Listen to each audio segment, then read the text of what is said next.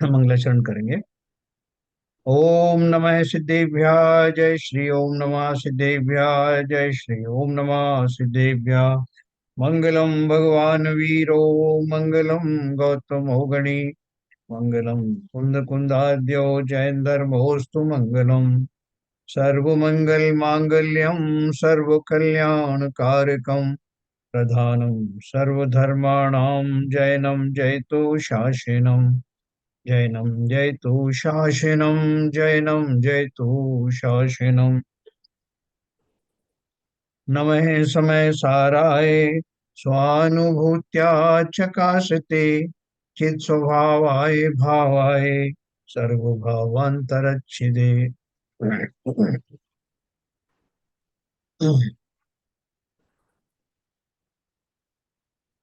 मुकुंदाचार्य द्वारा रचित समय सार ग्रंथ की चर्चा हम लोग कर रहे हैं। पिछली गाथाओं में हमने जो पढ़ा था, विशेष तौर से कल की गाथाओं में हमने जो पढ़ा, उसमें दो तीन बात हमने ये पढ़ी कि जो जीव के जितनी तरह के जो भाव होते हैं, जो कर्म जनित भाव हैं वो, या कर्म है, बहुत सारे आठ मत के अवलंबी जो हैं वो आठ तरह से उसको मानते हैं। वो मैं बाद में क्या मैं बात कर।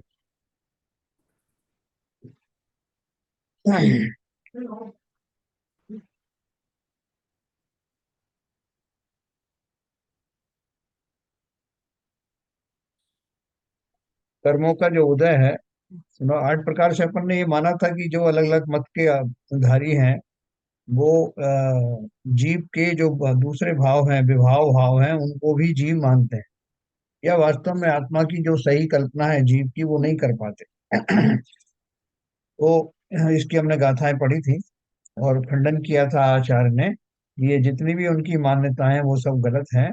जीव और पुद्गल सर्वथा भिन्न है। आत्मा पुद्गल के किसी भी गुण को धरती नहीं है और ना ही पुद्गल जीव के किसी गुण का धारी होता। फिर हमने ये भी पढ़ा था कि अपने स्वरूप का, जो स्वरूप हम अभी नक्की कर चुके हैं सब तरह से, आत्मा के उस स्वरूप का अगर जीव चिंतन करे तो उसकी प्राप्ति अवश्य होती है। अपन ने यही पढ़ा था कि अगर 6 महीने तक उसको किया जाए तो 6 महीने में अवश्य ही सम्यक दर्शन होता है ना। देखिए, अपन ने ये क्या पढ़ा था। और इसमें एक छोटा सा प्रश्न था। हाँ अपने रामचंद्र जी तो छायक समदर्शी थे, हाँ। कृष्ण जी की क्या पोजीशन थी? इसकी कृष्ण कृष्ण। कृष्ण जी सम्यक दृष्टि नहीं थे। अच्छा अच्छा। सम्यक दृष्टि नहीं थे, लेकिन बाद में जरूर उन्होंने तीर्थंकर प्रकृति का बंद किया है। अच्छा। हाँ। बाद में जैसे उन्होंने वो, वैसे ज्ञानी बहुत थे, धर्म के हम्म, ऊपर बहुत अनुराग था, ऐसा नहीं था कि नहीं हो। लेकिन वो जो है उनका जितने भी, देखो वो एक भाई एक जनरल रूल है, जितने नारायण होते हैं वो नारायण सब जो है वो सम्यक दृष्टि के धारी नहीं होते और अच्छा। नियम से मर करके नरक जाते हैं। ऐसे तो लक्ष्मण जी थे, ऐसे ही कृष्ण जी थे। तो कृष्ण जी नारायण थे नारायण थे। और और जो नर नारायण बलदाऊ थे ना, बलदाऊ थे ना, वो बलदेव थे। बलदेव, हाँ। बलदेव सम्यक दृष्टि थे। बलदेव सम्यक दृष्टि में, तो ऐसे ये रामचंद्र थे। कृष्ण जी सम्यक दृष्टि नहीं थे। हाँ तो वो नारायण थे, तो वो क्या नाम है, तीर्थंकर प्रवृत्ति का अगर बंद हुआ है तो हाँ। बिना सम्यक दृष्टि हुए जीव को हो सकता है? नहीं, वो सम्यक दर्शन बाद में हो जाता है, जो जिस टाइम में वो ये बंद आदि होता है, उस टाइम में होता है उनको। तो मतलब ये जब तक वो इस संसार में एक कृष्ण के रूप में थे, हाँ। तो उनके जीवन काल में ये मानना चाहिए कि उनको सम्यक दर्शन हो गया था। अब वो उसका जो है वो देखना पड़ेगा कि उनको सम्यक दर्शन कब हुआ, मैं आपको देख के बताऊंगा। नहीं, चूंकि और अगर तीर्थंकर प्रवृत्ति का बंद इसी भव में हुआ है उनके, तो हाँ आप हाँ बता बिल्कुल। कि सम्यक दृष्टि उस समय हो गए होंगे, तभी समुद्र तीर्थंकर प्रवृत्ति का बंद हुआ हो। मैं आपको देख के बताऊंगा कि बंद उनको उसी भाव में होता है या उसके अगले भाव में हुआ है। अच्छा क्योंकि अच्छा। नरक नरक में भी सम्यक दर्शन होता है। ये वो बात सही है। मैं ये क्वालिफाई करने की, कंफर्म करने की आपसे कोशिश कर रहा हूँ।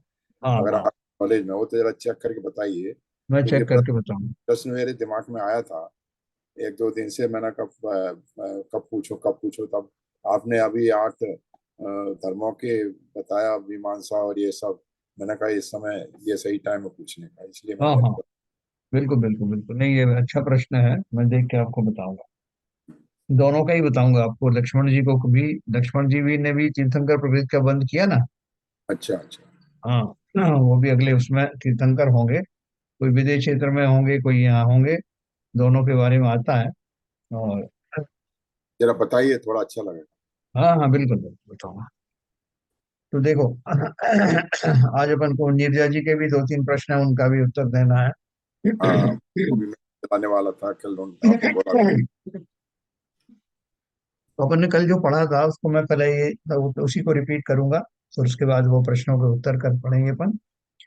कल अपन ने पढ़ा था कि एक बार आत्मा का जो स्वरूप है वो जानने के पश्चात फिर उस स्वरूप को प्राप्त करने का जो उपाय किया जाता है, तो उपाय कैसे होता है। वो जैसे भेद विज्ञानी हो गया, तो भेद विज्ञानी होने के बाद में तुरंत प्रभाव से वो जो है उसको, या भेद विज्ञानी होने के लिए भी अभी आत्मा का जो स्वरूप हमने जो अभी पहचाना, शास्त्रों के माध्यम से, उपदेशों के माध्यम से जो कुछ भी हमने समझ पाए हैं, अब उसका अभ्यास करें। यदि अपने स्वरूप का अभ्यास करे तो उसकी प्राप्ति अवश्य होती है। यदि परवस्तु हो तो उसकी तो प्राप्ति नहीं होती। अपना स्वरूप तो विद्यमान है किंतु उसे भूल रहा है। यदि सावधान होकर देखे तो वह अपने निकट ही है। यहाँ 6 मास के अभ्यास की बात कही है। इसका अर्थ यह नहीं समझना चाहिए कि इतना ही समय लगेगा। उसकी प्राप्ति तो अंतर मुहूर्त मुहूर्त मात्र में हो सकती। परंतु यदि शिष्य को बहुत कठिन मालूम होता हो तो उसका निषेध किया है। यदि समझने में अधिक काल लगे तो क्या बोलते हैं, ज्यादा से ज्यादा 6 महीना लगे। हैं? तो 6 मास से अधिक नहीं लगेगा। इसलिए यहाँ यह उपदेश दिया है कि अन्य निष्प्रयोजन कोलाहल का त्याग करके इसमें लग जाने से शीघ्र ही स्वरूप की प्राप्ति हो जाएगी, ऐसा उपदेश। कल अपन ने इसको बहुत विस्तार से समझा था कि जो अंदर का कोलाहल है, बाह्य कोलाहल की तो बात जो है अपने आप ही निकल गई। क्योंकि जो अंतर का कोलाहल है, वो जो अंदर का कोलाहल से अर्थ क्या है, अंदर में पनपने वाले राग द्वेष विकारी भाव, पंचेंद्रिय के विषयों संबंधी लालसाएं, है ना, कषायों से होने वाली प्रवृत्तियां, और पुण्य आदि की प्राप्ति के लिए किए जाने वाले बाह्य शुभ भाव, ये सब भी कोलाहल में ही आते ये कंडीशन अप्लाइज वाली बात होगी ना सर। हैं। और दूसरे स्वरूप में कहा जाए जी। तो जितने श्रावक क्या कहते हैं, जो प्रतिमा लेने के बाद, मुनि दीक्षा लेने से पहले, जैसे मुनि, बड़े मुनियों के, आचार्यों के अंडर में रहते हैं, हाँ, तो इस पीरियड में शायद यही उनका अभ्यास रहता होगा कि बाहर के अंतर के कोलाहल से वो निवृत्ति पा सके। बिल्कुल। देखो, बाह्य कोलाहल तो अपन ये मान के चलते हैं कि जो भावलिंगी संत हैं उनके बाह्य कोलाहल तो होते ही नहीं। या बाह्य कोलाहल जैसे अभी अपन बात करें मोटे मोटे तौर पर, अपन जैसे अपनी भूमिकाओं में हम जो है, जो बाहर के धार्मिक अनुष्ठान आदि करते हैं, पुण्य आदि प्राप्त करने के लिए जो सामग्री इकट्ठी करते हैं, पंच कल्याणक मनाते हैं, पंच कल्याणकों में जाते हैं, कई विधानों का आयोजन करते हैं, ये कई नाटक वाटक करते रहते हैं, तो ये सब जो है ये तो बहुत निचली दशाओं की बात है। या हमें कोई संसार में किसी तरह का कोई दुख वगैरह हो जाए, कोई शोक आदि के प्रसंग आ जाए, तो हम भगवान के यहाँ चले जाते हैं, कोई विधान कर डालते हैं, जोर जोर से पूजन पढ़ने लगते हैं, उनके सामने कुछ जाके डिमांड करने लगते हैं। ये सब बाह्य कोलाहल है। लेकिन जो अंतर की जो दशाएं हैं, जो 6 महीने का अभ्यास जिसके लिए कहा जा रहा है, वो उसमें इन चीजों को कोई जगह नहीं है, कोई स्थान नहीं है। बाह्य में ये सब करने के भाव भी नहीं आते। कि जिनेंद्र देव को आपने अगर सुना भी दिया कि आपने जो है क्या क्या किया, आपके जो है अष्ट प्रातिहार हैं और आपके ये हैं वो हैं, तो वो सब भी नीचे की भूमिकाओं में ही होते हैं। ऊपर की जब भूमिकाओं में जाता है जी, तो ज्यादा ज्यादा अंतर्मुख होता जाता है, और वो वीतरागी सर्वज्ञ बनने वाली जो दशा है, उस दशा का चिंतन करने लगता है। उस दशा का चिंतन मात्र से, आत्मा का ओरिजिनल स्वभाव का चिंतन करने मात्र से कषायों में खलबली मच जाती है। कषायें जाने लगती हैं कि भैया ये अब इस काम का नहीं रहा, जहां हम टिके हुए थे वो हमारा वो चुंबकत्व अब समाप्त हो गया। ऐसे कर्म अपने आप से संक्रमित होने लगते हैं, उनकी निर्जराएं प्रारंभ हो जाती हैं, उदीरणाएं चालू हो जाती हैं। किस मात्र से? कि जैसे हम मोम रखा हुआ है और मोमबत्ती के जो आताप है उसके से वो पिघलने लगती है। तो ठीक उसी प्रकार से जब मैं अंतर्मुख होता हूँ तो मेरे अंतर्मुख होने में ही इतनी शक्ति है कि वो मुझे एक एक को एड्रेस करने की जरूरत नहीं कि अब मेरा मान चला जाए, अब मेरा क्रोध चला जाए, अब मेरा कष्ट ये फलाना चला जाए। सीधा ही आत्मा के ऊपर दृष्टि पड़ते ही, स्वभाव में आते ही, बाकी सभी कर्म कहाँ विच्छिन्न हो गए पता भी नहीं चलता।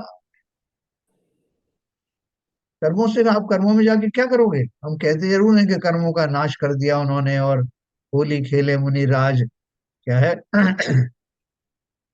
हाँ, अकेले वन में, है ना? तो वो क्या होली खेले, कर्मों की होली खेल रहे हैं, ये सब अपन उपमाएं देते हैं ना। तो वो कर्मों से सब जगह आपको ऐसे मिले, कर्मों का नाश कर दिया, कर्मों का विनाश कर दिया, कर्मों से युद्ध किया। कर्मों का कुछ नहीं करते। कर्म कोई ऐसा चैतन्य थोड़ी है कि जिनके सामने आप तलवार लेके खड़े हो जाओ। मेरे स्वभाव में आते ही, क्योंकि वो कर्म आए इसलिए थे। जितना जितना मैं अपने स्वभाव से दूर होता जाता हूँ, उतने उतने कर्मों के बादल मेरी आत्मा के प्रदेशों के आसपास चले आते।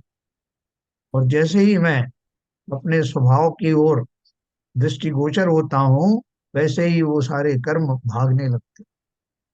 मुझे दूसरों में कुछ नहीं करना। ये मात्र व्यवहार में कहा जाता कि ये तो अपने साहब, कर्मों। ये जो बात कह रहे हैं, जी। ये प्योरली थियोरटिकल बात है और प्रैक्टिस करने की है। हाँ मगर हाँ। तो हमेशा हमारे ललित जी कहते हैं बेसिक चीज से हम्म, कि पहले अपने कसाय कम करने हैं। हाँ। तो तब जब अंतर्मुख होता है तो अपने कसायों से दूर करने की प्रवृत्ति पहले अंतर्मन में लाना चाहिए। ललित जी हमारा सबसे शुरू से हमेशा यही प्रश्न रहता है, यही मतलब सिद्धांत से बात करते हैं। तो क्या देखो मैं सही? बात बात यह है कि हमारी जो नीचे की भूमिका होती है ना, जी नीचे की भूमिका के लिए अपन ऐसा कहते हैं, भैया इतना क्रोध मत किया करो, इतना मान कषाय मत करो। ये सब भी व्यवहार की जो बातें हैं वो भी जरूरी हैं हमारी भूमिका। जी लेकिन मैं आपको जिस भूमिका की बात कर रहा हूँ, जिस भूमिका में पर्याप्त भेद विज्ञान हो गया है, मैं क्या हूँ अभी देखो। भेद विज्ञान करने वाला जीव, आवश्यक नहीं कि उसकी सब कषाय चली गई, आवश्यक नहीं कि उसके जो है राग द्वेष पूरे चले गए, लेकिन फिर भी वेद विज्ञान हो जाता है। तो वेद विज्ञान होने के लिए उन कषायों की निस्सारता का अनुभव हो जाता है कि मैं खुद ही रियलाइज करने लगता हूँ कि मुझे किस तरह के कषाय आते रहते हैं, क्यों मैं राग द्वेष में फंसा रहता हूँ। ये प्रारंभिक प्रक्रियाएं हैं जिसमें ओके, अपने अंदर होने वाले विभाव परिणामों का मैं अवलोकन करता हूँ, बहुत बढ़िया। उन्हें धिक्कारता हूँ, अपनी कमजोरी के ऊपर बार बार चिंतन करता हूँ कि ये कमजोरियां कैसे दूर होंगी। और वो कमजोरियां मैं क्यों अभी उनको कमजोरी मानने लगा? क्योंकि अभी मुझे किंचित आत्मा का स्वरूप दिखाई देने लगा, मुझे मालूम पड़ने लगा कि ये मेरे स्वभाव का अंग नहीं है, इसलिए। लेकिन मैं ये भी जानता हूँ कि वर्तमान में मैं इन सबसे ग्रस्त हूँ। ये दोनों बातों को ध्यान में रखते हुए नीचे की भूमिका वाला इस बात के लिए कटिबद्ध हो जाता है कि मुझे इन राग द्वेष आदि परिणामों से तुरंत ही बाहर निकलना है। ये जो कषाय मुझे कचोटती रहती है, किसका मान किसका सम्मान, स्वयं से प्रश्न करता है। और प्रश्न करते करते इधर वो जो है अपने विभाव भावों का चिंतन करता है, और उधर स्वभाव भाव सामने रख के अपने लक्ष्य में रखता है। दोनों को कंपेयर करता जाता है कि कितना कितना कषाय कम हो रहे हैं और कितना मैं स्वभाव में लौट रहा हूँ। तो लक्ष्य मेरा जब आत्मा के ऊपर होता है, स्वभाव के ऊपर होता है, साथ में अपनी दशा का भी ज्ञान होता है, तो वो मोम पिघलने लगता है। वो कषाय अपने आप ही निष्क्रिय होने लगती हैं। मेरे जो परिणाम जो मैंने तेजी से पकड़े हुए थे वो ढीले होने लगते हैं। आपने देखा होगा कि सम्यक दर्शन होने के बाद भी, यानी भेद विज्ञान होने के बाद भी, अभी वो कषाय सत्ता से पूरी गई नहीं। अलग अलग गुण स्थान, ये तो चतुर्थ गुण स्थान की बात मैं कर रहा हूँ आपसे, जिसमें कि मुझे भेद विज्ञान हो गया, आत्मा का स्वरूप भी दिखाई देने लगा, और अपनी बस वर्तमान पर्याय में होने वाली कषायों से भी मेरा परिचय हो गया। अब बोलोगे पहले परिचय नहीं था क्या? पहले परिचय नहीं था, इस फॉर्म में नहीं था कि मुझ में क्या क्या विभाव है। पहले तो मैं उन्मुक्त दशा में घूमता था, लेकिन मुझे अभी दोनों चीजें मालूम पड़ गई। ये चतुर्थ गुण स्थान की भूमिका है। उसके बाद में मैं पंचम गुण स्थान में आता हूँ, तो किंचित अणुव्रति आदि इसीलिए धारण करता हूँ कि मेरे अंदर वो ऐसे भाव जो उन कषायों को व्यर्थ की चीजें समझे, ऐसा समझने का भाव विकसित हो, मेरी बुद्धि में विकास हो, मुझे अपने आत्म स्वरूप के प्रति और ज्यादा रुचि हो जाए। इन सब की प्राप्ति के लिए पंचम गुण स्थान में व्रत नियम संयम आदि धारण होते हैं। और उसके बाद जो सीधा जब जब जीव मुनि होता है तो वो सप्तम गुण स्थान में पहुंचता है। पांचवें गुण स्थान से जब वो आगे का गुण स्थान आता है तो सातवां गुण स्थान आता है पहले। फिर वो जब नीचे की भूमिका में जो अंतर्मुख में आता है तो छठा गुण स्थान होता है। और डायरेक्ट भी कोई कोई चौथे गुण स्थान से सातवें गुण स्थान में जाते हैं। पहले गुण स्थान से भी डायरेक्टली सातवें गुण स्थान में जाया जा सकता है। तो कौन जा सकता है, ये अपन इसकी कभी वो चर्चा करें, विश्लेषण करें, तो उन सबके पीछे एक ही आपको भाव मिलेगा कि मुझे अपनी कमजोरियों का अब पता लग रहा। पता लग रहा है मतलब आवाज तो पहले भी उठ रही थी, मैं उन आवाजों को दबा दिया करता, लेकिन अब जो मुझे आवाज उठ रही है, अब मुझे अच्छा लग रहा है, मैं रियलाइज कर रहा हूँ कि हाँ वास्तव में मेरे अंदर में ये कमजोरियां हैं। और जब मैं अपनी कमियों को रियलाइज करता हूँ तो मुझे फुर्सत नहीं मिलती कि मैं दूसरों की कमियां देखूं, दूसरों की आलोचना करूं। टाइम कहाँ। उन कहते हैं ना भाई साहब मुझे मरने की फुर्सत नहीं, मैं इतना व्यस्त हूँ। तो ठीक यही दशा उन अंतर दशा वाले जीवों की हो जाती है, जिन्हें अब अभी तो चतुर्थ गुण स्थान आया ही नहीं, आने से पहले ही बाकी की जो पंच लब्धियों में से चार लब्धियां प्राप्त हो गई लगभग। मतलब उन क्षणों की बात कर रहा हूं मैं, महीनों पहले की बात नहीं, वो तो अंतर मुहूर्त की बात है। तो जीवों की और हमारी जो अभी भूमिका है, हमें धीरे धीरे करके हो रहा है, हम उसकी प्रैक्टिस कर रहे हैं। तो प्रैक्टिस करने में सबसे पहला जो प्रैक्टिस का पार्ट है कि मैं ये रियलाइज करूं कि वास्तव में मेरे अंदर में ये अभी अभी अभी सारी खोटी सामग्री विद्यमान है। ऐसा रियलाइजेशन करने से मैं हम बहुत आगे, 50% काम हो गया। और उसके बाद रियलाइज करने के बाद फिर मुझे क्या करना है कि मेरा स्वरूप तो ये है ना। होली के रंगों को छुड़ाने के लिए मुझे कुछ सोचना नहीं पड़ता, मैं चीजें अप्लाई करता रहता हूँ, साबुन लगाया, ये लगाया, वो लगाया, और कहाँ दृष्टि रहती है कि मुझे अपने ओरिजिनल शरीर की प्राप्ति होनी है। ऐसा ही आत्मा के स्वरूप को पहले तो जाना ही नहीं था, अब जान गया। तो अब मेरा सारा कहाँ लक्षण लक्ष्य कहाँ है कि मुझे तो इस स्वरूप में आना है। उस स्वरूप में आने के प्रयास में ही तो कषाय राग द्वेष आदि कब छूट गए, विशेष कुछ करने की जरूरत नहीं पड़ती। आत्मा की ओर दृष्टि लगाने से मुझे ऐसा बनना है, बाकी सब पिघलने लगता है। लेकिन वो हो कैसा कि बहुत निर्णय के साथ, संकल्प के साथ कि मुझे तो ऐसा ही बनना है।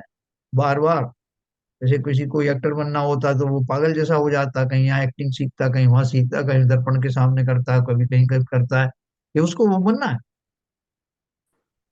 उसी प्रकार से मुझे अगर जो आत्मा का जो स्वरूप मैंने समझ लिया है, उस दिशा में अभ्यास करने की बात जो कह रहे हैं ना 6 महीने की, वो यही है। कषाय तो अपने आप, जब मैं आत्मा का स्वभाव समझूंगा तो उसमें कषाय है ही नहीं। तो मुझे ऐसा स्वभाव चाहिए जिसमें राग द्वेष आदि नहीं है।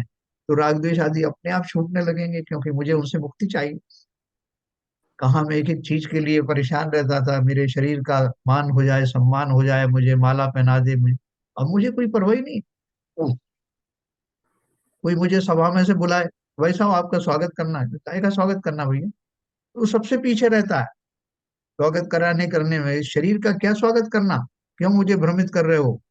मुश्किल से तो मेरे स्वभाव में से वो मान का शायद कुछ मंद हुई है, उसका पोषण क्यों कर रहे हो? इसलिए जो हमारी भूमिकाएं हैं, उस भूमिकाओं में जैसे सम्यक दर्शन होने के लिए 6 महीने की बात है ना, तो 6 महीने तक यही अभ्यास करना। अपना राग द्वेष आदि को सामने रख करके जब मैं आत्मा को देखूंगा, मेरे एक बर्तन है, कनस्तर लाया हूं बाहर से, और किसी ने कहा कि इसमें सामान भरना है, तो मैं क्या करूंगा? मैं उसको खाली करने के लिए क्या करूंगा? उसमें ये नहीं देखूंगा कि क्या क्या लगा हुआ है तो उसमें उसको बचा के रख लूं। पूरा मुझे क्लीन करना है।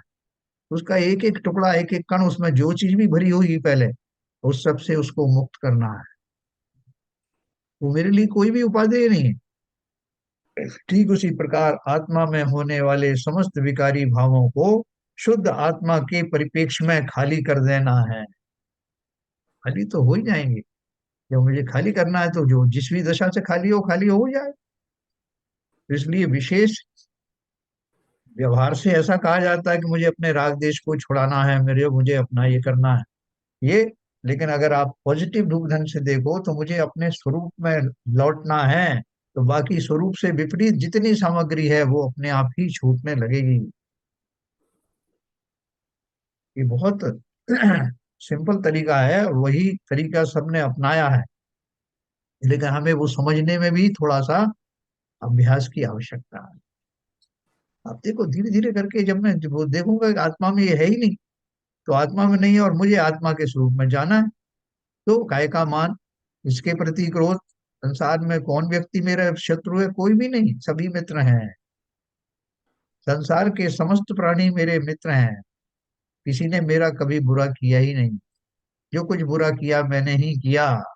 मैं ही अपना प्रकृति में ये सीधा सीधा है, कितना बड़ा नियम है कि कोई किसी का भला बुरा नहीं कर सकता।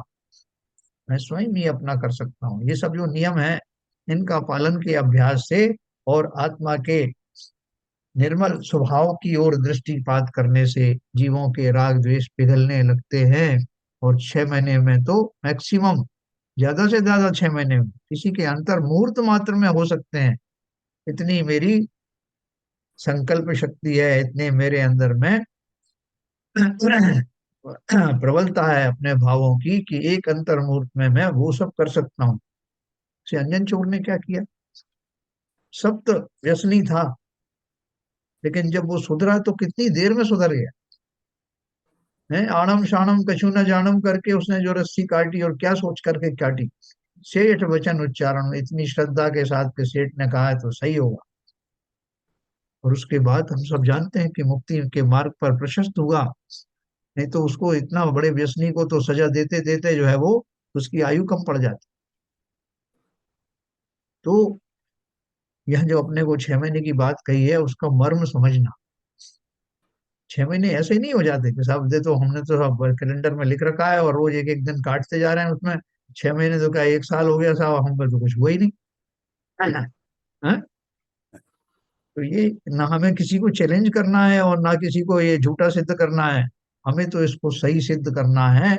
और न केवल सही सिद्ध करना है, 6 महीने से पहले पहले ही अचीव करना ट्राई करना।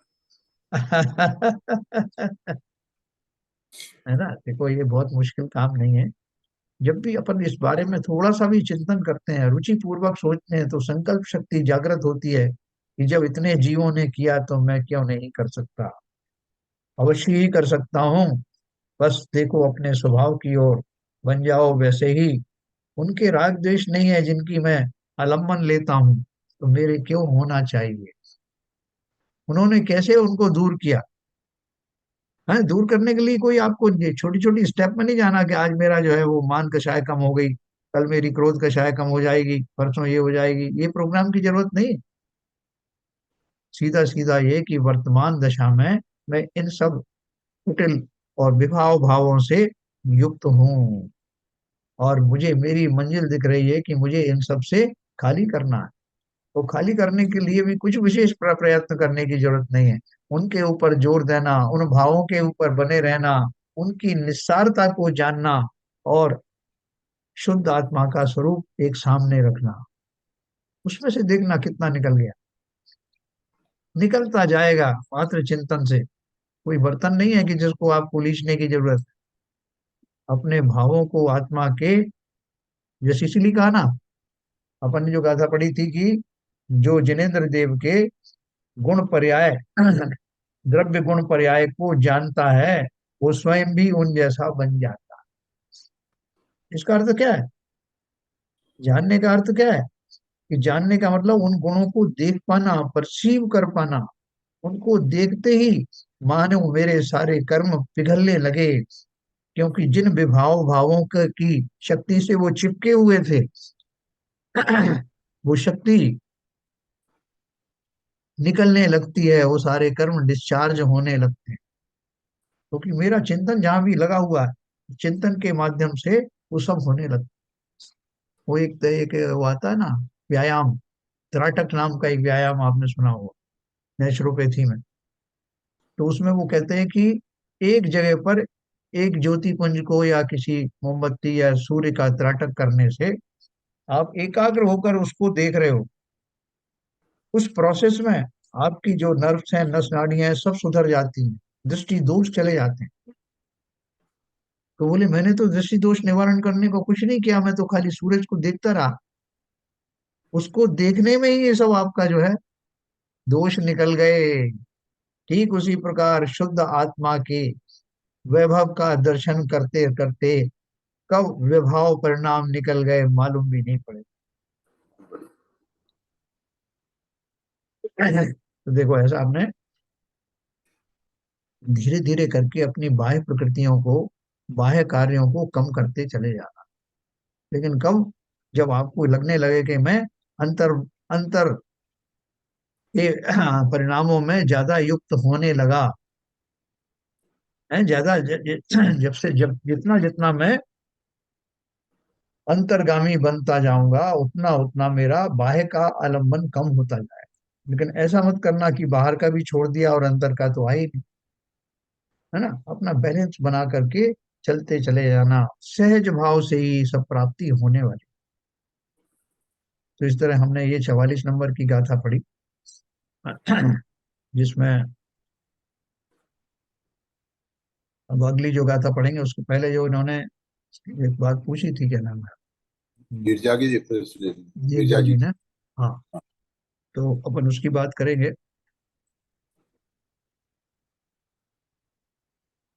गिरजा जी का एक प्रश्न तो वो था, उसका अवधि ज्ञान के बारे में था शायद। गिरजा जी, अवधि ज्ञान का था ना? जी। अवधि ज्ञान में क्या पूछना था आपको? अवधि ज्ञान के जो प्रकार हैं उसमें मैंने जी। पढ़ा आगे का अवधि ज्ञान, पीछे का, दो पार्श्व के, फिर ऊपर का। इसे हाँ 5 प्रकार हैं। वो उसका जरा सा एक्सप्लेनेशन मिल जाए तो क्लियर हो जाए। हाँ, देखिए, अवधि ज्ञान जो है, ज्ञान के जो एक्चुअली 5 भाग होते हैं, 5 तरह का ज्ञान होता जी। है। मति, मति, श्रुत, अवधि, मनय, पर्याय और केवल केवल ज्ञान। जी। ज्ञान। अवधि ज्ञान को मैं आपको सुनाता हूँ। द्रव्य, क्षेत्र, काल और भाव की अपेक्षा से जिस ज्ञान के विषय की सीमा हो, उसको अवधि ज्ञान कहते हैं, है ना। अवधि माना सीमित। जी। इसी कारण इसे सीमा ज्ञान भी कहते हैं। यद्यपि मति ज्ञान आदि के विषय की भी सामान्य से सीमा है, इसलिए उन्हें भी अवधि ज्ञान कहना चाहिए। तथापि समविरूढ़ नय की अपेक्षा से ज्ञान विशेष को अवधि ज्ञान कहते हैं। वो ज्ञान विशेष क्या है? इसके दो मुख्य भेद हैं अवधि ज्ञान के। एक भव प्रत्यय, दूसरा गुण प्रत्यय। भव प्रत्यय माने जो उन भवों में जन्म लेने के कारण से मिलता है। जैसे देव, नारकी तो तीर्थंकर, इन सभी के सभी अवधि ज्ञान भी होता है। अब तीर्थंकरों को तो खैर वो, उनका तो फिर केवल ज्ञान होता है, तो उसकी जरूरत नहीं, लेकिन जन्म से उनके भी होते हैं। जन्म से तीर्थंकरों को मति श्रुत अवधि होता है, देवों को तो अवधि ज्ञान होता है, और नारकियों को कु अवधि ज्ञान होता है। ये भव प्रत्यय है, मतलब उन भव को धारण करने मात्र से वो मिल जाते हैं। और ये संपूर्ण अंगों से उत्पन्न होता है, जब उसका ध्यान किया जाता है संपूर्ण अंगों से। और गुण प्रत्यय में क्या है? ये किस किस को जो मिलता है, ये पर्याप्त मनुष्य, संगी पंचेंद्रिय तिर्यंच, किन किन को उत्पन्न हो सकता है? जो ये बताया पर्याप्त मनुष्य हो कुछ, और संगी पंचेंद्रिय, सभी को नहीं, मतलब जिनको होता है उनकी ये क्वालिफिकेशन जरूरी है। दूसरा, नाभि के ऊपर में शंख पदम वज्र स्वास्तिक कलश आदि शुभ चिन्हों की जगहों के आत्म प्रदेशों से यह ज्ञान प्रकट होता है। आपने देखा ना, यहाँ चिन्ह होते हैं पर उनके नाभि के ऊपर में शंख बना है, शंख का आकार का कुछ चिन्ह बना है, पैरों में पदम में होता है, वज्र का निशान होता है, स्वास्तिक होता है, कलश आदि शुभ चिन्ह बने होते हैं, उनमें से वो प्रस्फुटित होता है अवधि ज्ञान। अब इसके दो भेद और हैं, देशावधि और हाँ, देशावधि एक तो एक भेद है इसका, और एक देशावधि, परमावधि और सर्वावधि, ये तीन भेद होते हैं। आप शायद ये तीन भेदों के बारे में पूछ रहे मैंने तो ये पढ़ा 5 प्रकार हैं, ऊपर नीचे वो मेरे समझ में नहीं आया। सामने का, पीछे का, 2 पार्श्वों के, एक ऊपर का, वो मेरे समझ में नहीं आया ये कैसा अवधि ज्ञान है। ये गुण प्रत्यय जो आपने बताया वो समझ गया कि स्पेसिफिक गुण होंगे तो वहां से प्रकट होगा। हाँ और भव आपने बता दिया देवनार की और तीर्थंकर। तीर्थंकर हाँ तो केवल ज्ञानी ही होते हैं।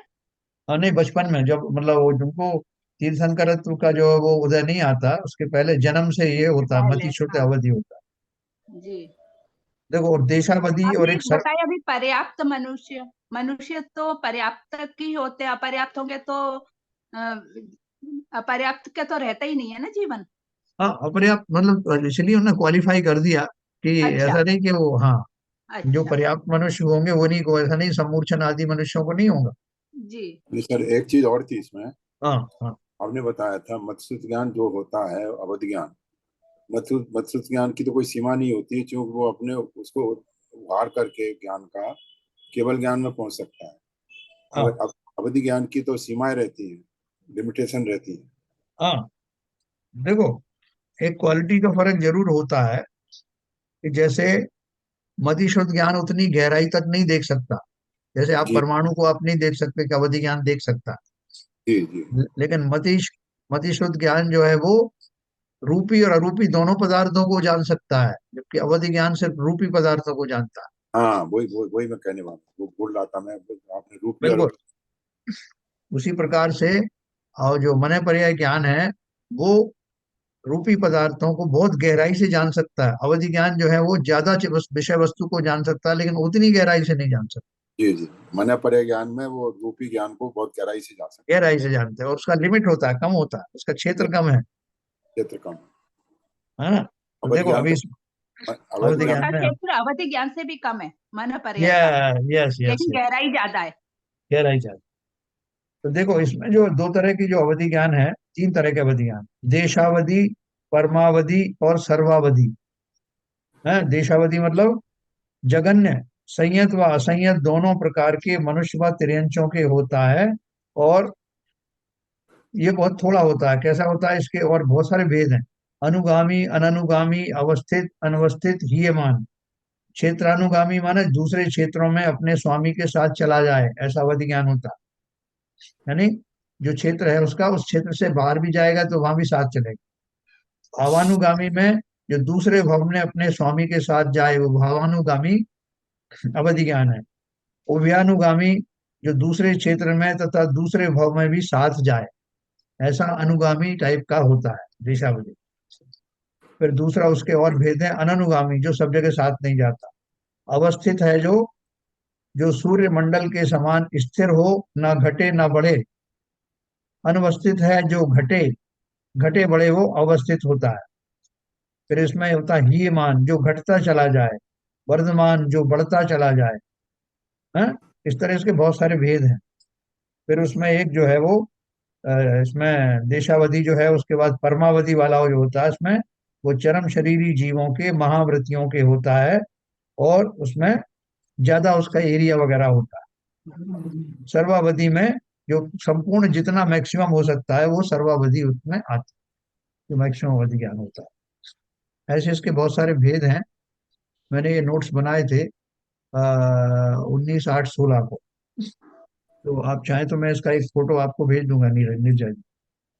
नहीं बस, लेकिन मैंने जो पढ़ा वो मुझे ऐसा लग रहा है, आगे पीछे उसका क्या मतलब हुआ? आगे का अवधि ज्ञान, पीछे का अवधि ज्ञान, पार्श्व का अवधि ज्ञान, ऊपर का अवधि ज्ञान, वो मुझे समझ में नहीं आया। ये आपने जो बताया वो तो ठीक है।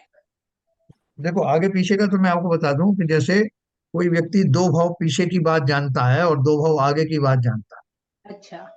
ठीक है, कोई ऐसा होगा कि वो पीछे का तो तीन भाव का जानता है लेकिन आगे का दो ही भाव का जानता अच्छा। है। ये आगे पीछे की बात हुई। दूसरा आपने ऊपर नीचे का जो बताया वो मुझे समझ में नहीं आया पार्श्व का लेटरल, है। पार्श्व के, दो पार्श्व, पार्श्व का नहीं, मतलब ऊपर क्या? नीचे सर ऐसा है कि नर्क और स्वर्ग उनकी बात होगी। नर्क नारकियों को भी अवधि होता है और स्वर्ग देवों को भी अवधि होता है। ऊपर नीचे का मतलब वो उससे होता है। जय। ऊपर नीचे से मतलब उसी तरह से है कि कितने स्वर्ग तक की बात जान सकता है और कितने नरक तक की बात जान सकता है, जी जी यही जी है। जी, बिल्कुल। जैसे आपने मान लो बताया था ना किसी सर। किसी मुनि को अवधि ज्ञान है, तो वो को ऊपर और कितने पार्श्व किसी की? के बारे में जान रहे हैं। आश मतलब उसके आसपास की, ये मतलब पूरे जो मध्य के क्षेत्र की। हाँ। जैसे आगे पीछे का भाई साहब ने भाव के हिसाब से बताया ना कि आगे के कितने भाव आगे पीछे देखते हैं। ऊपर नीचे समझ हाँ में आ गया। हाँ, और ऐसे पार्श्व माने होता है बराबर में। हमारे पार्श्व में कोई बैठा है, यानी उसके बराबर में जो उसके उसका अगला भाव और पिछला भाव, ये पार्श्व कहलाएगा। अच्छा अच्छा। है ना, या उसके पास वाले जो उसके संबंधी इत्यादि हैं, उसके समीपस्थ जो चीजें हैं उनके बारे में। अच्छा। बहुत बढ़िया, बहुत बढ़िया। ठीक है। जी। नीरजा जी, और क्या था आपका क्वेश्चन? और एक ये था मेरा, ये क्रिस्टलाइजेशन का था कि अगर हमारे बॉडी के किसी भी पार्ट पे हम इलेक्ट्रोमैग्नेटिक फील्ड अगर डेवलप कर लेते हैं, तो उसमें सारी इंद्रियों की क्षमता उसमें डेवलप हो जाती है। हम्म, मतलब इसमें पांचों शायद। इंद्रियों का काम फिर वो कर सकता है। जैसे जैसे वो उंगली है तो इसमें टच टच है, बाकी हाँ, चार इंद्रियों का काम नहीं है, फिर वो बाकी चार इंद्रियों का भी उसमें कैपेबिलिटी आ जाती है। क्या करने पे आ जाती हो? क्रिस्टलाइजेशन मतलब उसको पार्ट को इलेक्ट्रोमैग्नेटिक फील्ड बना लिया जाए, मतलब उसे इतना प्योर कर ले कि वो कहते हैं ना क्रिस्टल क्लियर। हम्म। इसमें विपुल जी ने कुछ शायद कुछ एक फिगर भेजा था, क्या था विपुल जी, जरा एक्सप्लेन करना। नहीं सर, वो थोड़ा सा डिफरेंट था। मतलब पॉइंट तो आजकल मेरे ख्याल से ये तो काफी आगम के हिसाब से क्वेश्चन है, बट वो तो साइंस के लिए था कि अगर अगर आज मतलब किसी के सपोज बाजू नहीं है, तो तो भी वो आजकल आर्टिफिशियल बाजू पूरी अगर नहीं है तो भी वो लगा के और उसकी उंगलियां वगैरह सब चलने लगती हैं। वो मन की शक्ति से इतना कंट्रोल करा देते हैं कि आर्टिफिशियल बाजू होने के बावजूद भी वो हाथ जो है ना बिल्कुल ऐसे नॉर्मल की तरह काम करने लगता है। अ, आर्टिफिशियल इंटेलिजेंस है क्या ये? हाँ, तो वो मैंने एक वीडियो देखा था और उससे वो हो जाता है। लेकिन जो आपका प्रश्न है वो तो आ- आगम के हिसाब से कैसे होता है वो, वो देखिए मुझे जैसे नहीं अपन क्लियर। अपन ये बात करते हैं कि जैसे कोई अंधा होता है या जो अपंग होता है तो उसके जो और इंद्रियों की शक्ति बहुत ज्यादा बढ़ जाती है।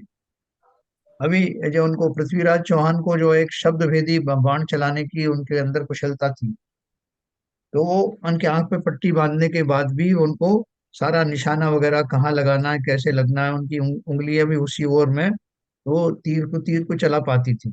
ऐसी उनकी आंतरिक क्षमता का विकास होता था। कई बार जो है आप जो है सामने वाले को मैं आपको एक उदाहरण बताऊं कि मैं जब रशिया गया था 84 की बात है, तो वहां पर उन्होंने उस टाइम इंदिरा गांधी का जो है वो हुआ था, डेथ हुई थी, और भी भोपाल गैस कांड की इस तरह की प्रॉब्लम हुई थी। तो मैं बहुत चिंतित था, उस जमाने में मोबाइल वोबाइल होते नहीं थे। तो वो वहाँ जो रशियन मैनेजमेंट था वो मेरे पास आए, उन्होंने पूछा मुझसे कि आपको क्या दिक्कत कोई आपको परेशानी लग रही है आपके इंडिया के बारे में? मैंने कहा हाँ, लग रही है। तो मैंने कहा मुझे अपनी वाइफ की चिंता हो रही है कि वो कैसी किस कंडीशन में है, और गैस कांड हुआ है और ये सब दंगे हो रहे हैं। तो उन्होंने उसके बाद 4-5 दिन के बाद हम कहीं दूसरे शहर में थे, तो वहाँ उनका जो डायरेक्टर था उसने आके मुझसे रशियन में बोलना शुरू किया। नॉर्मली वो रशियन में बोलता था, साथ में उसका इंटरप्रेटर रहता जो इंग्लिश में बताता। लेकिन कुछ ऐसा हुआ कि वो जो जो रशियन में बोल रहा था, मुझे रशियन वैसी वो परफेक्ट आती नहीं थी, जो जो बोल रहा था मुझे एक एक शब्द समझ में आ रहा था रशियन में जो बोल रहा था। उसने बोला कि कुछ भी नहीं हुआ, वो आपकी वाइफ बिल्कुल सुरक्षित है, और जो कुछ भी उन्होंने बोला। बाद में मुझे बड़ा ताज्जुब हुआ कि मैं बिना इंटरप्रेटर के कैसे समझ रहा था ये सब बात। तो ये मनोदशाएं बहुत प्रबल होती हैं, इनके सहारे से जीवों को वो कुछ कर गुजरते हैं जो नॉर्मल केस में नहीं कर पाते। उन शक्तियों को ही जो है बोलते हैं कि जैसे मानो की समस्त इंद्रियों की शक्ति प्रकट हो गई हो। ये टच तो है ही, उसमें देख भी पा रहे हैं आप, अनुभव भी कर पा रहे हैं, और हाँ, बाकी भी सुन भी पा रहे हैं। तो मुझे लगता है कि ये सब वो मनोदशा के बारे में इस तरह की बात होती है, जब हमारा ध्यान, क्योंकि सबके पीछे है तो आत्म प्रदेश ही। जी हमारी जो फैकल्टीज हैं, जो कान के पीछे हैं, नाक के पीछे, आंख के पीछे, सब आत्मा के प्रदेश ही हैं। तो जैसे हम बोलते हैं कि यूनिवर्सिटी है, तो यूनिवर्सिटी में उसी में केमिस्ट्री डिपार्टमेंट है, उसी में फलां डिपार्टमेंट है, लेकिन जब कहेंगे एक कहेंगे तो यूनिवर्सिटी कहेंगे, इस यूनिवर्सिटी में मैं पढ़ा। तो ठीक इसी प्रकार से आत्मा स्वयं एक समस्त फैकल्टीज का धारी है। हमारे से आत्मा के प्रदेश सब में वो क्षमता है। वो जहां जहां जिस स्थान में रहते हैं, पर्याय विशेष में वहां का काम करती हुई दिखाई देती हैं। लेकिन उसका अगर सामान्य रूप से उसकी शक्ति देखो, तो शक्ति वैसी ही है, वो भले ही इंद्रियों में बटी हुई क्यों ना हो। ऐसा मेरा सर समझ में आया। सर हाँ जी। मैं 4 साल 5 साल पहले एक प्रोग्राम देख रहा था जी टीवी पर। जी। और मेरे 3 साल पहले दिव्यांश के एनुअल फंक्शन में ही वो प्रोग्राम देखने को मिला। तो उसमें क्या था कि उस बच्चे को एक बच्चा था, स्टूडेंट, उसके उसके गुरु ने इतना उसकी मेंटल पावर बढ़ा दी थी, तो उसकी आंखों में पट्टी बांध के और उसके सामने उसकी किताब रखी। तो उसने किताब को हाथ में रख के बोला कि इसमें इतने पेज हैं। फिर बोला कि इसके फलाने पेज पे क्या लिखा हुआ है। तो उसने खोला और पट्टी बंधी हुई थी बड़ी अच्छी तरह से, तो बराबर वो पढ़ रहा है। तो उसकी मेंटल पावर जो गिरिजा जी कह रही है ना, कि हाँ वो विजुअलाइज करके उसको इसका इतना कंसंट्रेट कर दिया हाँ, कि उसके हाथों की उंगलियों से छूने से ही उसको महसूस हो रहा था कि इसमें क्या लिखा हुआ है। बहुत तो बढ़िया। इसका मतलब है कि जो चक्षु इंद्री का काम आपकी वो उंगली कर रही थी, उंगली का स्पर्श कर रहा था, हाँ। तो वो क्या हुआ उसकी भाई साहब? एक मिनट बाबूजी, उसकी एक स्पेशल ट्रेनिंग होती है। और वो ट्रेनिंग मैंने पहले 4 साल पहले जीटीवी पे देखी थी। और उसका पूरा प्रस्तुतिकरण 2 साल पहले जब दिव्यांश के पोद्दार स्कूल में एनुअल फंक्शन हुआ था, तो उसका उस बच्चे ने प्रेजेंट किया था। वो स्कूल का ही बच्चा था। उसको उसका कोई गुरु था, उसने वो ट्रेनिंग दी थी और उसने वो प्रेजेंट किया था ये आइटम। उसको आंख बंद करके उसकी किताब खोल के वो बाकायदा पढ़ता जा रहा था। वाह। तो इस तरह का मतलब मैंने जो प्रैक्टिकली देखा है इस तरह का, इसका जो टेक्निकल जो वर्डिंग गिरिजा जी ने प्रस्तुत की है, वो डेफिनेटली इलेक्ट्रोमैग्नेटिक फील्ड से उस पर्टिकुलर पार्ट में उस पर्टिकुलर इंद्री का क्रिस्टलाइजेशन करके वाह, कंसंट्रेट किया था। तो बहुत ये मैंने बढ़िया। प्रैक्टिकली देखा है सर। आई थिंक यही उनका क्वेश्चन है क्या नीरजा या जी? जी जी जी जी यही है। मैंने लीजा जी मैंने प्रैक्टिकली देखा है। जी अच्छा जी टीवी पे एक 40 मिनट का प्रोग्राम था और ये पूरा दिखाया था उसने। और उसने पूरी उसकी थ्योरी बताई थी कि हम जी किस तरह से इसको क्या कहते हैं, माइंड का मतलब बॉडी के अंदर किस तरह से इसको चेंजेस लाते हैं। और पूरा उसने प्रेजेंटेशन किया था। अच्छा बहुत बढ़िया। और उसका 2 साल पहले मैंने स्कूल में उस बच्चे का प्रेजेंटेशन भी देखा था। तो उसकी अच्छा मेरे को वहां से बिल्कुल प्रैक्टिकली देखा है मैंने इसको। हाँ नहीं वो ऐसा समझ में तो अपने को भी आता है, जैसे अपने बॉडी में बहुत सारे सेल्स हैं कुछ जो बेसिक सेल्स हैं वो स्ट्रक्चर और फंक्शन यूनिट है और एक फंडामेंटल वर्क करती है, लेकिन जब किसी खास सिस्टम से जुड़ जाती है तो वो स्पेसिफिक वर्क करने लगती नहीं, है। आपकी बात सही है। और एस के साहब ने जो एक प्रिंसिपल बात कही कि जो अंधा होता है उसकी आंख काम नहीं करती है, मगर उसका बाकी शक्तियां इतनी बढ़ जाती हैं कि वो अंधा भी अपना काम करने लगता है। आप देखिए, ये अंधे होते हैं, ये पढ़ते हैं, सारे काम जी करते हैं, क्रिकेट भी खेलते जी हैं, जी आजकल क्या कहते हैं, सारा काम कर रहे हैं वो। तो जी वो उसी तरह की एक आत्मशक्ति और शरीर के अंदर वो शक्ति पैदा होती है जी और उससे वो काम करते हैं। वो जी। चक्षु इंद्री बाकी शरीर की इंद्रियों से वो काम करती है पूरा।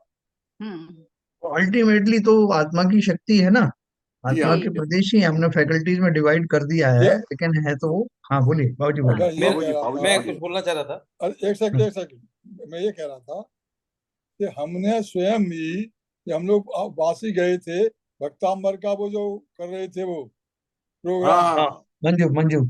मंजू, वो तो हमने स्वयं देखा है यार, जी जी जी, वो भी देखा है, वो भी एक एग्जाम्पल। वो स्वयं देखा, करते हुए देखा है। तो ये मैग्नेटिक फील्ड जो है वो बनाना, ये मनोवैज्ञानिक, बहुत से मनोवैज्ञानिक चिकित्सक जो है बिना दवाई के केवल केवल मानसिक चिकित्सा करके बड़ी बड़ी बीमारियों को दूर कर देते हैं।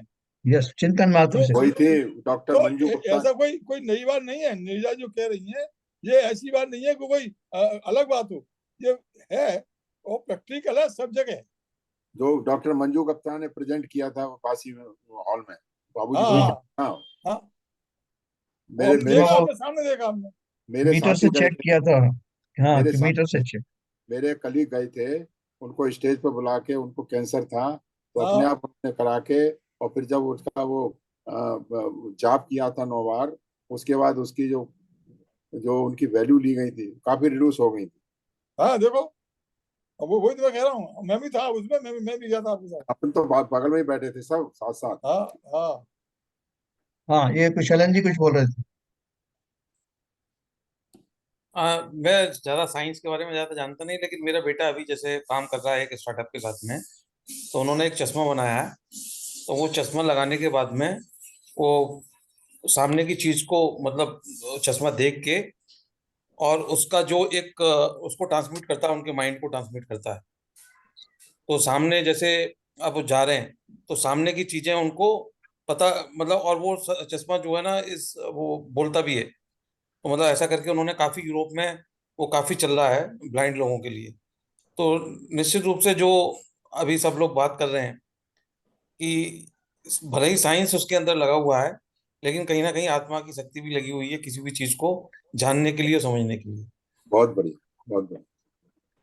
और कोई कुछ ऐड करना चाहे? बहन जी कुछ और ऐड करेंगे इसमें? नहीं, उसमें क्या है करने के लिए, अगर देखा जाए तो केवल केवल ज्ञान का जो काम कर रहा है वो सब चीजों, पूरी इंद्रियों का एक साथ काम कर रहा है ना, आत्मा के प्रदेश ही, जैसे आपने बताया है तो आत्मा के प्रदेश ही ना। हाँ। अगर मान लो कोई उंगली से काम कर रहे हैं, या नाभि पे जो बन गए हैं चिन्ह इत्यादि बन गए हैं, वो आत्मा के प्रदेश, वहां पे डायरेक्ट सब कुछ देखने का, जानने का सब काम कर रहे हैं ना। ध्यान हो रहा है तो दर्शन पूर्वक ही हो रहा है, तो देख भी रहे हैं। नाभि के स्थान के जो आत्मा वो प्रदेश है, शरीर के प्रदेश है, वो आंखों जैसा काम भी कर रहे हैं देखने का। तो विज्ञान में तो वही तो काम हो रहा है, तो वही सारी चीजें हैं। तो वो कहाँ पे किस तरह से डेवलप की जा सकती हैं, वो साधना के द्वारा की जा सकती है, और विज्ञान से भी हो सकती होंगी, तभी करी जा रही है विज्ञान के माध्यम से भी। वो भी विज्ञान उसमें है तो उसका जो आउटर जो पार्ट है उसका, जो हार्डवेयर है, वो जो है बाहर का है, विज्ञान जिसे कहते हैं। बाकी आंतरिक दशा तो वही है ना। है तो साधना ही बहन जी, वो भी एक साधना ही है, एक रूप से। बहन जैसे जी ये आप कह रही, बहन जी ये कह रही है आत्मा के प्रदेशों को, आत्मा के गुणों को हम कहीं भी डेवलप करके कुछ भी कर सकते हैं। हाँ हाँ, किसी किसी भी हाँ जगह से किसी भी हाँ, इंद्री किसी का काम लिया जा जरूर सकता है। ये जो लोकल जो इंद्रियां हैं, आंख कान नाक, ये जरूरी नहीं है। ये मतलब है हम किसी भी जगह से, किसी भी देश, किसी अपने शरीर के किसी भी जगह से आत्मा के प्रदेशों को हम विकसित करके उनसे प्रयोग कर सकते हैं, और वो आत्मा का ही काम है। वो देखो, जो ये जो अभी जो आर्मी। ये भाई साहब बता रहे थे ना, अभी सिविजन साहब बता रहे हैं, उसके आंखों पे पट्टी बांधी, तो जो आंखों के बीच में जो केंद्र होता है, उस केंद्र को डेवलप कर लेते हैं और वो आंख की तरह काम करता है। तो वहां से आंख जैसे आंख से देखते हैं वहां से दिखाई देता है पूरा, वो ये वाला हिस्सा डेवलप हो जाता है आंख के बीच में, जहां हम लोग बिंदी लगाते हैं ना, ये वाला हिस्सा होता है जिसको हाँ दूसरे धर्मों में तीसरी आंख भी कहा गया है। तो इस बिल्कुल। हिस्से को, और जो अवधि ज्ञान को जब एकत्र करके लगाते हैं तो इस जगह से लगाया जाता है सबसे पहले। कहाँ से बहन जी? ये आपको दिखाई आंखों नहीं के दे रहा? बीच, आंखों के बीच में से। बीच में जो अच्छा भ्रुकुटी होती है ना, वहीं पे आप तो बता रही तीसरा वीडियो आपको दिखाई नहीं दे रहा। तीसरा नेत्र जो है। हाँ, मैंने वीडियो मेरा बंद है। हाँ हाँ, वही तो मैं कह रहा हूँ, आप बता रही होंगी अपनी बॉडी से, और हमने देख नहीं पा रहे। नहीं, मैंने बताया ना जहाँ बिंदी लगाते हैं वहां पे बात। अच्छा देखो, ये जो आर्मी में लोगों को ट्रेनिंग देते हैं ना, तो क्या ट्रेनिंग देते हैं कि उन्हीं जैसी मुसीबत आ जाए, कहीं आग बुझाना है तो उनको भेज देते हैं, कहीं खुदाई करनी तो भी वो कर लेते हैं, कहीं कारपेंटरी का काम करना है तो वो भी कर लेते हैं। तो उनको सारा चीजों की ट्रेनिंग दी जाती है। आप कह नहीं सकते कि भाई तुम तो फौजी हो, तुम्हारा काम तो सिर्फ लड़ने का है, लेकिन उन्हें सब कुछ आता है, और जहाँ जरूरत पड़ती है उस हिसाब से उनको लगा दिया जाता है। बिल्कुल सही कह, बिल्कुल सही। तो ऐसे ही हमारे आत्म प्रदेश हैं, वो तो सब कहीं सब जगह पर्याप्त शक्ति के धारी होते हैं, जहाँ जैसी आवश्यकता होती है वो सब हमारा मैकेनिज्म, भले ही हमको समझ में नहीं आता लेकिन मैकेनिज्म है। जहाँ वहाँ हम 64 रिद्धियां पढ़ते हैं, तो वहां पे उसमें यही तो पढ़ते हैं कि वो जो कर्ण शक्ति का सुनने की शक्ति बढ़ जाती है, देखने की शक्ति वहां तक, सूर्य के विमान तक देख सकते हैं, इतनी आंखों हाँ, की पावर बढ़ जाती है। तो वो उसी तरह से है, बस सारी बिल्कुल सही। पावर जहाँ जहाँ तक बढ़ाई जा सकती है। वो तो अपना इतने किलोमीटर दूर पर रही रखने वाली चीज का जो है वो उनको गंध आ जाती है, हाँ, स्वाद आ गंध आ जाता है। जाते हैं, स्वाद आ जाता बिना चखे। तो अपन जैसे हो तो इसी इसी को सबसे पहले प्राप्त करें। भाई साहब एक बात बताओ, ये जो है जी। ना, ये तो कैसे यार 400 किलोमीटर दूर से जो टारगेट कर लेते हैं बिना देखे, ये जो अब जो नई नई जो बन रही है, क्या नाम है, मिसाइल बन रही है। मिसाइल बन रही है, 400 किलोमीटर का हम या तो 1 किलोमीटर की बात नहीं देख पाते, क्या आधा किलोमीटर देख नहीं पाते, वो 400 किलोमीटर दूर एक कंप्यूटर में देश में बैठे हुए दूसरे देश के टारगेट को लग करके और वो टारगेट बना देते हैं। How is it? साहब ये पूरा कंप्यूटर की मेहरबानी है, पूरा एआई काम कर रहा है, आर्टिफिशियल इंटेलिजेंस। तो यही तो मैं कह रहा हूँ, इस वैज्ञानिक युग में देखो, क्या जब क्या करना चाहिए। आर्टिफिशियल इंटेलिजेंस जब इतनी कमाल की है, तो एक्चुअल इंटेलिजेंस कितने कमाल की होगी, ये वो है सोचो। तो एक्चुअली। सही बात देखिए बहन जी, देखिए बहन जी, ये जी आर्टिफिशियल इंटेलिजेंस को डेवलप किया है, नॉर्मल इंटेलिजेंस नहीं। जी, वो तो वही मैं कह रही हूँ, वो कितने कमाल की होगी उसकी नहीं पूछो ना, ये अपने को तो उसको देखना है ना। आर्टिफिशियल इंटेलिजेंस को किसने डेवलप किया? हाँ, सही बात है। इंसान की इंटेलिजेंस ने डेवलप किया है ना। सही है, क्या हाँ, ललित ज्ञान जी नहीं कुछ किया। कहना चाहते हैं? ललित जी आप बोलिए। नहीं नहीं, वो मिसाइल का बोला था, उसमें तो सैटेलाइट भी इन्वॉल्व रहता है, इसलिए कि वो इमेज वगैरह सब कोऑर्डिनेट ट्रांसमिट कर देता है मिसाइल को, तो हम्म। जहाँ जहाँ लक्ष्य बना रखा है वहाँ, इसलिए वो पहुंच जाती है। तो सब जिसने विजुलाइज किया होगा ये सब, तो उसी ने वही बना पाता है ये सब। नहीं, मैं तो सिखाई वैसे तो कर रही हूँ। अपने जैसे अपना सूक्ष्म शरीर की बात करते हैं अपने यहाँ पर, जैसे बहुत तपस्या जो लोग करते हैं वो अपने शरीर को सूक्ष्म धारण करके, मतलब वो भी तो बताते हैं ना कि इतना सूक्ष्म हो जाते हैं, अपने शरीर वहीं रहता है, वो सूक्ष्मता से कहीं भी जाके आ सकते हैं, मतलब इतनी उनके हाँ अंदर हाँ, वो होता है ना। यस।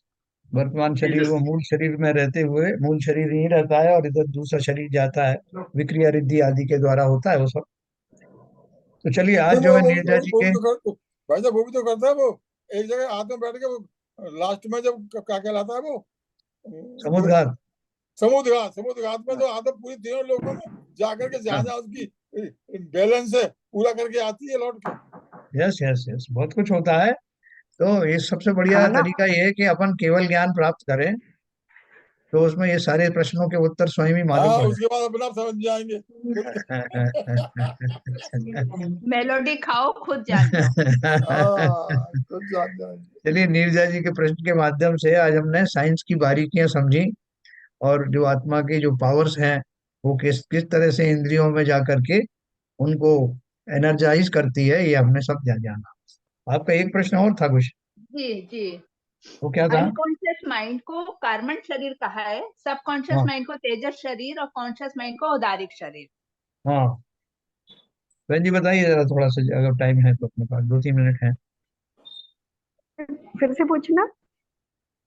अनकॉन्शियस माइंड को कार्मण शरीर बोला है, सबकॉन्शियस माइंड को तेजस शरीर और कॉन्शियस माइंड को औदारिक शरीर। नहीं, ये तो मुझे हमारे तो कहीं ग्रंथों में आया नहीं है ऐसा। वो कोई धर्मेश आचार्य जो है ना, ये जी क्या हैं। है, जो साइकोलॉजिस्ट हैं वो 3 तरह के जो माइंड मानते हैं उसको इन्होंने इससे कोरिलेट किया है। अच्छा, नहीं पता नहीं, सोचा नहीं इस बारे में कभी। हमारे हमारे शास्त्रों के हिसाब से नहीं कुछ समझ में आ रहा। इसको मैं थोड़ा सा व्याख्या करने की कोशिश करूंगा कल, जी तो किस अपेक्षा से ये बात कही गई है अपन शायद कोशिश करेंगे वो बताने की। जी हाँ, जी सोचेंगे ये विचार करेंगे कॉमन कहीं सेंस है, है क्या कॉमन सेंस है, ऐसे बारे ये में। कॉमन सेंस है भाई, दिखाई भी दे रहा है। देखो सब ये कह रही हैं कॉन्शियस माइंड से औदारिक शरीर बता रही हैं, हाँ अनकॉन्शियस माइंड से तेज शरीर कार्मण बता रही हैं, और कार्मण शरीर। कार्बन शरीर बना रही है। तो वो तो ये तो अगर अगर अगर तेजस और इनकी इनकी क्वालिटीज को देखा जाए तो वो इनसे मिलती हाँ, हैं। हाँ, मैच तो करते हैं तभी हाँ तो। मैच कर रही हैं, चीजें आप तो वही देखिए। हैं, अगर वो अपने शब्दों से उनको मैच कर देते हैं बस, और हाँ क्या। ये मैच तो कर रही हैं। नहीं, अपन कल कल कर देंगे इसको मैच, कोई दिक्कत नहीं है। नहीं, वो नहीं नहीं नहीं, मेरे नहीं, मेरे को जहाँ तक क्या मेरे को हाँ आप लोगों ने जो बताया है, इस शरीरों की व्याख्या की है कि औदक शरीर क्या होता है, तेज शरीर क्या होता है, कामन शरीर क्या होता है, ये व्याख्या कई बार की जा चुकी है इसमें हमारे प्रोग्राम में। तो उसको देखते हुए मैंने मैंने कॉमन सेंस से देखा कि बहुत मैच कर रही हैं इनकी बातों से। नहीं नहीं, बिल्कुल मैच कर देगी, कल अपन और करा देंगे जो अच्छे से मैच, कोई मैं प्रॉब्लम एक और नहीं। चीज कहना चाहता था, प्रेक्षाधान दान की जो पुस्तकें आती हैं जी और उनमें इस चीज पे बड़ा जोर दिया गया है। हाँ हाँ। तो आपके शरीर है, मेरी बेसिक तेजस शरीर वगैरह जो है, इन पर बड़ा ध्यान दिया गया है प्रेक्षाधान की जो अपने यहाँ तो कॉन्शियस माइंड को बुद्धि पूर्वक और अनकॉन्शियस माइंड के लिए अबुद्धि पूर्वक कहा जाता है। हाँ, ऐसे कहा जाता है। वही है वर्तमान उनको पर्याय हाँ, में। वही वर्तमान पर्याय में जो हमारा जागृत मस्तिष्क है वो औदारिक शरीर में निवास करता है, हाँ इसलिए उसको वहां से कनेक्ट किया उन्होंने कॉन्शियस का। और जो एनर्जी है, एनर्जी का पिंड जो हमारा है, जो तेजस शरीर है, वो शरीर में सेमी कॉन्शियसनेस कहा कि वो पार्टली वो जो उसमें एनर्जी वगैरह प्रदान करता है, तेज प्रदान करता है, इसलिए वो जो सेमी कॉन्शियस कॉन्शियस है। और तीसरा जो हमारा जो कर्मण शरीर है, कर्मण शरीर स्वयं में कुछ चिंतन नहीं करता, वो तो वो एक स्टोरेज है। हाँ वो तो हाँ, इस रूप में कुछ उन्होंने बताया होगा, कल अपन इसकी और चर्चा कर लेंगे थोड़ी सी, तो सब क्लियर हो जाएगा। ठीक है सर, तो समय हो गया। ललित जी जिनवाणी स्तुति करते